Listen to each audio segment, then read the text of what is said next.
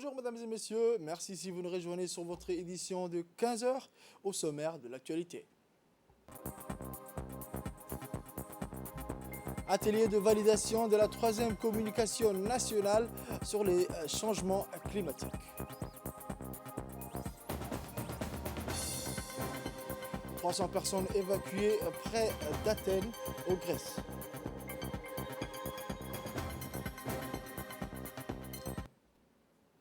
Merci encore, mesdames et messieurs, de nous rejoindre sur cette édition. L'intermodal Afrique continue d'être une référence mondiale. C'est dans ce cadre que s'ouvre ce matin le 24e édition sous l'égide du Premier ministre. Cette conférence et exposition annuelle sur les ports, les transports et la logistique de son intitulé en anglais Intermodal Africa a démarré tôt ce matin sous le lustre du Kempinski. Ce forum, véritable laboratoire d'idées et de prospectives maritimes, participe aux réflexions de demain auprès des experts mondiaux et nationaux. En d'autres termes, ces 2 jours vont permettre d'échanger sur des thématiques et questions d'actualité, mais aussi les défis du commerce international, les investissements mondiaux et régionaux. À son arrivée, le Premier ministre, M. Abdelkader Kamel Mohamed, a été accueilli par le ministre des Infrastructures, M. Hassan Ahmed, le président des ports et des zones franches, M. Abakar Omar Hadi, et les membres du gouvernement. Cet événement a vu la participation de plus de 500 professionnels, notamment la fine fleur des dirigeants de port, ingénieurs de port, importateurs et exploitateurs, patrons des compagnies maritimes, transitaires, entrepreneurs de logistique, sociétés de gestion de terminal, responsables des chemins de fer et fournisseurs d'équipements et de services portières Europe, Moyen-Orient et Afrique. Regroupant plusieurs personnalités de renom, ce forum international sera un véritable creuset d'échanges sur les sujets d'importance stratégique mondiale en rapport avec tous les modes de transport et permettre ainsi aux cadres nationaux de ce secteur d'acquérir des informations détaillées et complètes sur les dernières technologies et services et produits des différents domaines. Autre actualité nationale à présent, le ministre de la Défense chargé de la relation avec le Parlement, M. Hassan Omar Mohamed Bourhan, a reçu ce matin une délégation de l'Union européenne conduite par le commandant de l'opération UNAFOR, le vice-amiral M. José Nuez Torrente. La délégation de l'Union européenne a été introduite auprès du ministre par l'ambassadeur de l'Union européenne et auprès de l'IGAD à Djibouti, M. Aïdan O'Hara. Durant cette réunion, le ministre et le vice-amiral ont notamment abordé le contexte sécuritaire prévalant dans la région. Au cours de cette rencontre, le ministre de la Défense chargé des relations avec le Parlement, M. Hassan Omar Mohamed, a salué les liens historiques et la relation privilégiée entre Djibouti et l'Union européenne. De son côté, le vice-amiral José a exprimé ses remerciements au ministre pour l'accueil chaleureux réservé à la délégation qu'il conduit. La rencontre s'est clôturée par la traditionnelle photo de famille.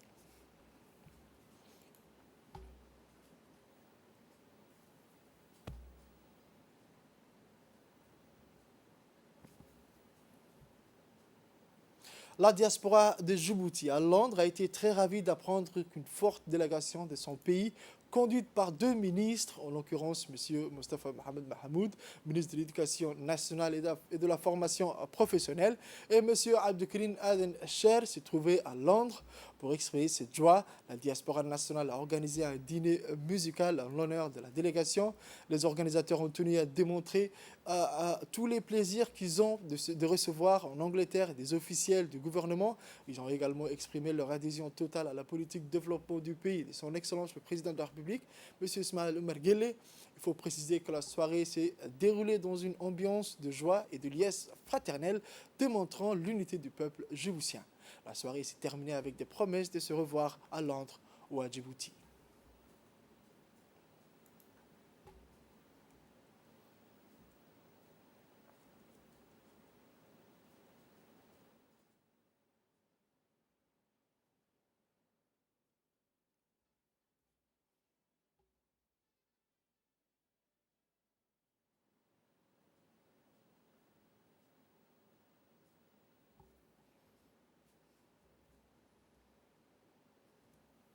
Les 2 ministres ont saisi cette occasion pour témoigner de leur reconnaissance et gratitude à l'endroit de leurs compatriotes pour l'accueil chaleureux et Ils ont transmis les chaleureuses salutations du président de la République et de la première dame.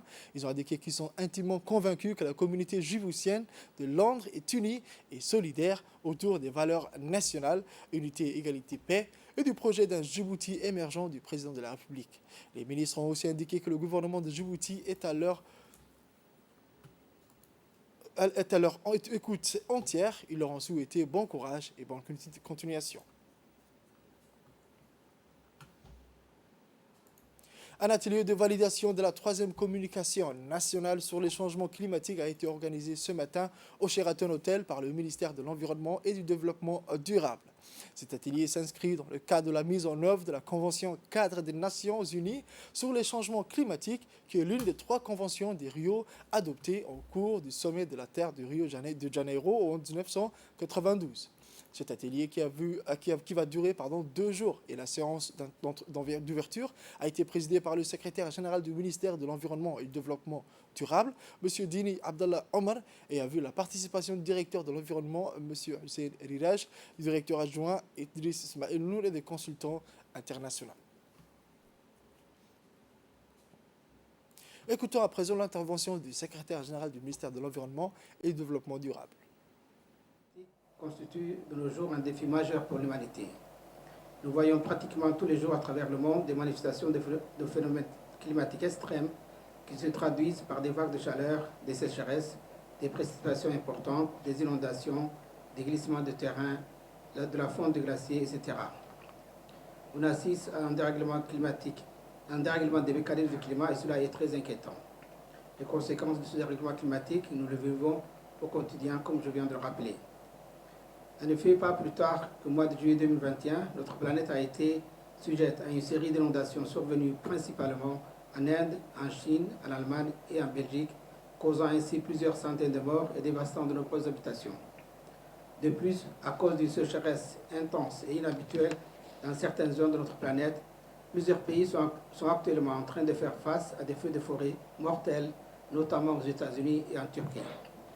Pour faire face à ce fléau de temps moderne, la communauté internationale a adopté plusieurs instruments juridiques tels que le protocole de Kyoto, l'amendement de Doha et l'accord de Paris qui a été signé en décembre 2015 en France. Mesdames et messieurs, permettez-moi de vous rappeler que selon les dispositions de la Convention cadre des Nations Unies sur le changement climatique, et particulièrement ses articles 4 et 12, chaque pays est obligé de communiquer au secrétariat de la dite convention un rapport national des émissions et absorption des gaz à effet de serre. Le plus important dans la lutte contre le changement climatique est de s'inscrire dans une logique de coopération sous-régionale, régionale et planétaire, et de mener des actions coordonnées et concertées. Ainsi, nous avons jugé primordial de présenter cette troisième communication nationale aux membres du Comité national sur le changement climatique, qui constitue un organe de supervision sur les questions du climat.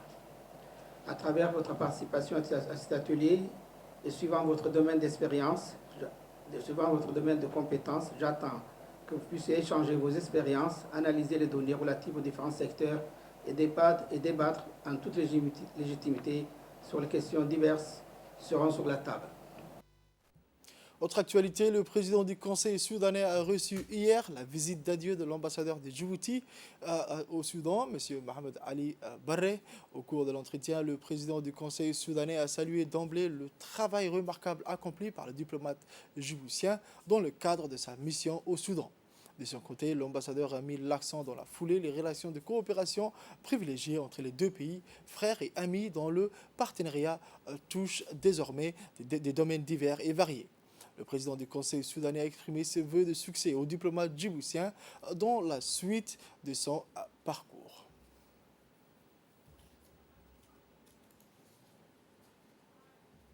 Sport à présent, l'athlète international djiboutien Ayale Suleiman s'est qualifié pour la demi-finale de la série du 1500 mètres dans l'épreuve du hier matin. L'athlète international Ayale Suleiman s'est qualifié avec un chrono de 3,37. La demi-finale se jouera dans la journée du après-demain. Rappelons que Ayale Suleiman n'a pas participé à l'épreuve de 800 mètres, privilégiant ainsi sans doute l'épreuve du 1500 mètres.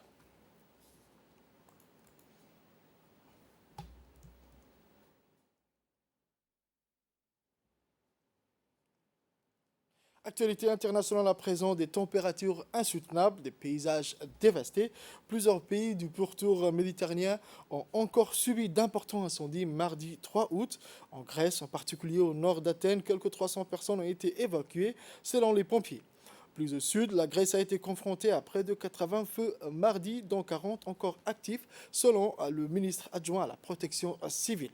Nous faisons face à des conditions extrêmes avec des températures autour du 45 degrés Celsius en Attique, a-t-il déclaré.